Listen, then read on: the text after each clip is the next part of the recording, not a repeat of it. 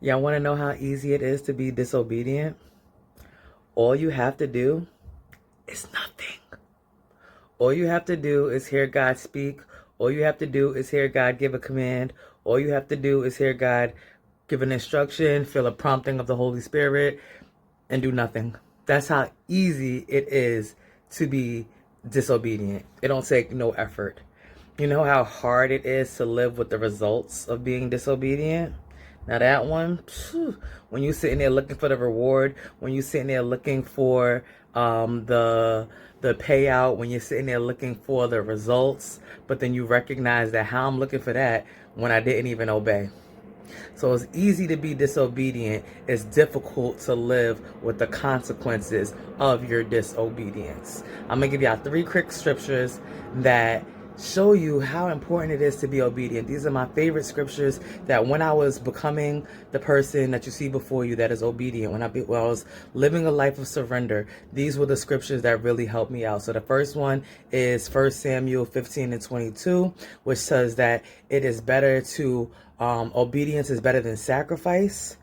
Obedience is better than sacrifice. Understand that. God does not want you to make concessions. He does not want you to give things up. He wants you to hear what he says, listen, and obey.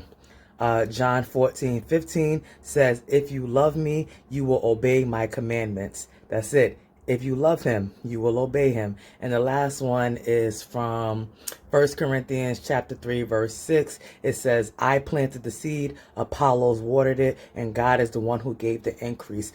You only have to do what you are responsible for. You don't have to do what anybody else is responsible for. That's how you're allowed to be obedient. Let me tell you one more thing about obedience. Obedience has 2 cousins. It's the cousin that you like from your mama's side and the cousin that you don't like.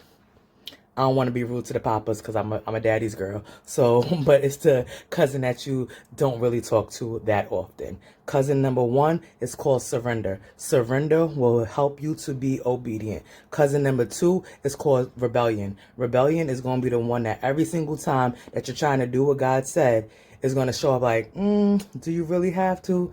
Do you really want to? Rebellion is the cousin that tells you to let's go for a walk. Surrender is the cousin that says let's stand around the table and say grace. Which one are you going to do? Let me tell you, it is much better to obey and to be doing this with God on your side than to try to figure this out on your own. All right, love you guys. Bye.